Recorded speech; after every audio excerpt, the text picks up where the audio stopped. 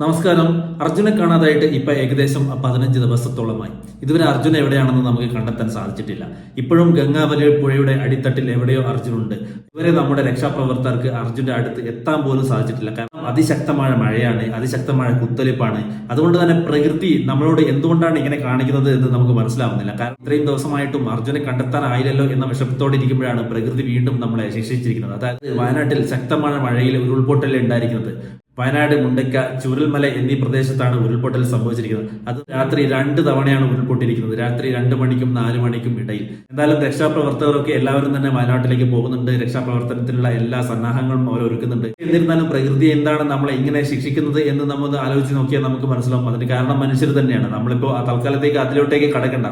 കാരണം ഇന്നലെ രാത്രി എന്താണ് സംഭവിക്കുന്നതെന്ന് അറിയാതെ എഴുന്നേറ്റ് നോക്കുമ്പോൾ അവിടെ മുഴുവൻ ചളി കൊണ്ട് നിറഞ്ഞ്, അതായത് പലരും മണ്ണിനടിയിലാണ്, രക്ഷിക്കണേ എന്ന് പറഞ്ഞ് അലറി കരയുന്നുണ്ട്.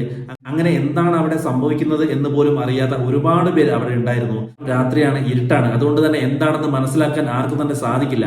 എങ്ങോട്ട് ഓടണം, അല്ലെങ്കിൽ എങ്ങോട്ട് ഓടിയാൽ നമുക്ക് രക്ഷപ്പെടാൻ പറ്റും എന്നുള്ള ഒരു ചിന്തയൊന്നും ആർക്കും ആ ഒരു സമയത്ത് ഉണ്ടാവില്ല. കാരണം ശക്തമായ മഴയിൽ ഇത്രയും വലിയ മണ്ണും കല്ലും ഒക്കെ ഉരുണ്ട് വരുമ്പോൾ എങ്ങോട്ടേക്കാണ് ഓടേണ്ടതെന്ന് ആർക്കും ഒരു പിടിയിട്ടില്ല. അതുകൊണ്ട് തന്നെ ഇത്രയും സമയമായിട്ടും ആരൊക്കെ കാണാതായി, എത്ര പേര് മരിച്ചു, ഇനി എത്ര പേരെ കണ്ടെത്താനുണ്ട് എന്നുള്ള യാതൊരു വിവരവും നമുക്ക് കൃത്യമായിട്ട് ലഭിക്കാനില്ല.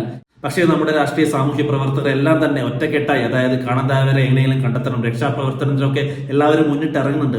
അടിയൊഴുക്കുണ്ട്. അതുകൊണ്ട് തന്നെ ആർക്കും രക്ഷാപ്രവർത്തനത്തിന് വേണ്ടത്ര ഒരു സേഫ്റ്റി വരുത്താൻ ഇതുവരെ കഴിഞ്ഞിട്ടുണ്ട്. ട്രെയിനിങ് ലഭിച്ചിട്ടുള്ള ആർമി ഉദ്യോഗസ്ഥർക്കും ശക്തമായ കുത്തൊഴുപ്പിൽ പിടിച്ചു നിൽക്കാൻ സാധിക്കുന്നില്ല. കാരണം 200 മീറ്റർ അകലെ എന്നെ രക്ഷിക്കണേ എന്ന് പറഞ്ഞ് കരയുന്ന ഒരാളെ രക്ഷിക്കാൻ പോലും, അല്ലെങ്കിൽ അടുത്തേക്ക് ചെല്ലാൻ പോലും ഇവർക്ക് സാധിക്കുന്നില്ല. കാരണം അത്രയ്ക്കും അപകടം പിടിഞ്ഞ ഒരു അവസ്ഥയിലൂടെയാണ് ഇപ്പോൾ വയനാട് കടന്നു പോകുന്നത്. നമ്മുടെ കേരളത്തിൽ ഈ അടുത്ത കാലത്തായിട്ട് ഒരു വലിയ ദുരന്തം ഉണ്ടായത് 2018-ലായിരുന്നു. ആ പ്രളയത്തിൽ ഒരുപാട് ജീവൻ നമുക്ക് നഷ്ടപ്പെട്ടിട്ടുണ്ട്. പക്ഷെ അതിനുശേഷവും പ്രളയങ്ങളൊക്കെ ഉണ്ടായിട്ടുണ്ടെങ്കിലും അത്രയ്ക്ക് ഒരു ഇമ്പാക്ട് ഉണ്ടായിരുന്നിട്ടില്ല. പക്ഷെ ഇപ്പോൾ വീണ്ടും വയനാട്ടിൽ ഇതേപോലുള്ള ഉരുൾപൊട്ടലിലൂടെ എത്ര പേരാണ് മരിച്ചതെന്ന് കൂടെ സ്ഥിരീകരിക്കാൻ സാധിക്കാത്ത അവസ്ഥയാണ്. കാരണം ഒരുപാട് പേര് ഇപ്പോൾ മണ്ണിലടിയിലാണ്, ഒരുപാട് പേര് കരഞ്ഞ് നിലവിളിക്കുന്നുണ്ട്.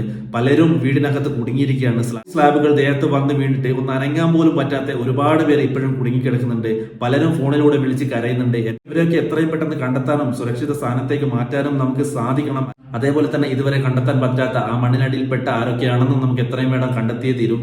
കാരണം അർജുന് സംഭവിച്ചതുപോലെയുള്ള ഒരവസ്ഥ വയനാട്ടിൽ ആർക്കും സംഭവിക്കാതിരിക്കട്ടെ. കാരണം 15 ദിവസമായി അർജുൻ എവിടെയാണെന്ന് നമുക്ക് കണ്ടെത്താൻ സാധിച്ചിട്ടില്ല. അതുകൊണ്ട് തന്നെ ഇപ്പോഴും എല്ലാ മീഡിയക്കാരും രക്ഷാപ്രവർത്തനവും വയനാട്ടിൽ തന്നെയാണുള്ളത്. വയനാട്ടിൽ രക്ഷാപ്രവർത്തനം നടക്കുമ്പോഴും നമ്മൾ ശ്രദ്ധിക്കേണ്ട ഒരു കാര്യം, അർജുൻ ഇപ്പോഴും കാണാമറയത്താണ്.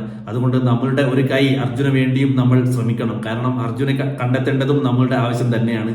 15 ദിവസമായി ആ കുടുംബം അർജുനെ വേണ്ടി കാത്തിരിക്കുന്നു. അതുകൊണ്ട് തന്നെ എല്ലാവരും വയനാട്ടിലേക്ക് ഓടുമ്പോൾ അർജുന്റെ കാര്യം മറന്നു പോവാതിരിക്കുക.